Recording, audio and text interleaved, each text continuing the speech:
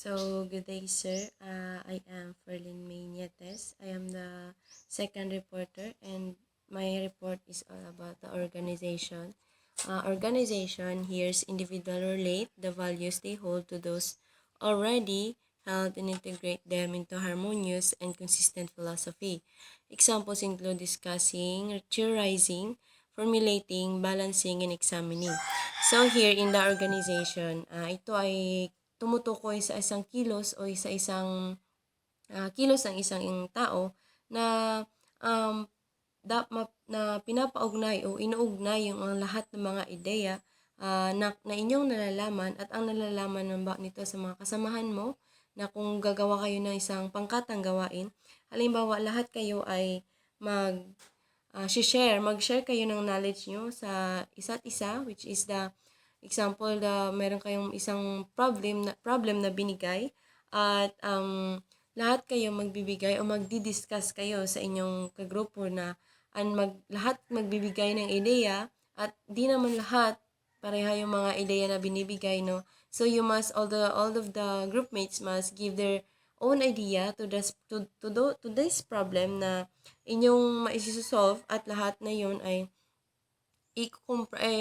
kukunin niyo yung mga ideya na yun at idugtong-dugtong niyo o iugnay niyong lahat kung pareho ba yung mga ideya niyo, kung tama ba itong gagawin niyo para ma-resolve niyo yung mga topic. And also, pagtapos na pag-discuss ng inyong topiko ay i-formulate o formulating yung mga sagot na galing sa inyong kasama, sa inyong kagrupo ay ikukunin nyo yun, i-solve nyo, i-formulate nyo ang tamang gagawin, i-formulate nyo lahat kung ito ba'y tama o tugma sa inyong gagawin, sa inyong sagot.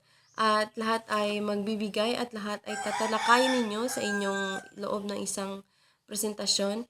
At dapat ang paggawa ng inyong mga sagot i-balancing, like i-balance nyo kung ganito ba ang dapat gawin sa ganyan, kung tama ba ito, at kung lahat ba ay nakakaintindi.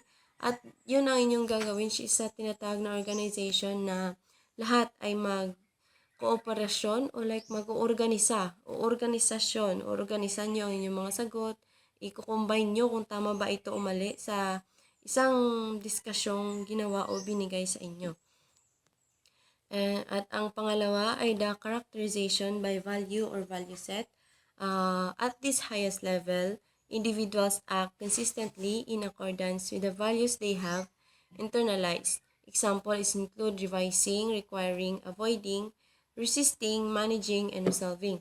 So example din is value daw is a highest level of individuals act, and which is true. Example sa aton dapat values, di ba ngayon, values in education, inaaral natin yung values natin, dapat aware tayo sa sarili natin, aware tayo ang ating i-act kung dapat nakabase talaga sa values na ating gagawin.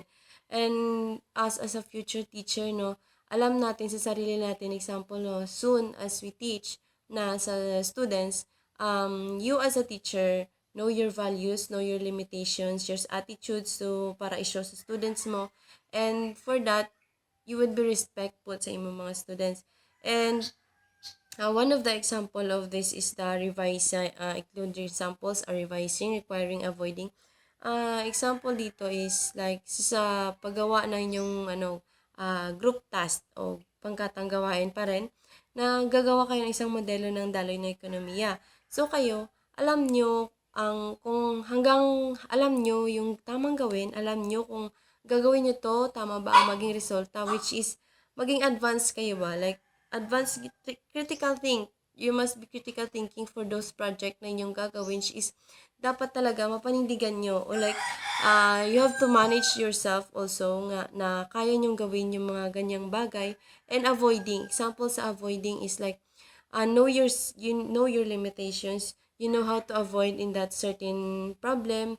Alam mo pag gagawin mo to makakasira siya sa inyo, alam mo pag gagawin mo tong bagay na to, alam mo mali ang resulta, at ikaw iiwas ka sa ganun.